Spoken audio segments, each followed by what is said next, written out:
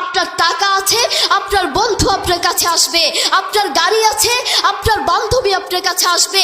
আপনার ধন সম্পদ আছে, সমাজের প্রত্যেকটা মানুষ আপনার কাছে আসবে। আর একবার টাকাহীন হন, আপনার বন্ধু আপনার কাছে আসবে না। একবার আপনার ধন সম্পদ, গাড়ি বাড়ি একবার ধ্বংস হোক, সমাজের প্রত্যেকটা মানুষ আপনাকে হিংসা করবে। সবাই আপনাকে স্বার্থের জন্য ভালোবাসবে। শুধু স্বার্থহীন মানুষ হলো আপনার মা এবং বাবা। আপনার মা আপনাকে সব থেকে বেশি ভালোবাসেন।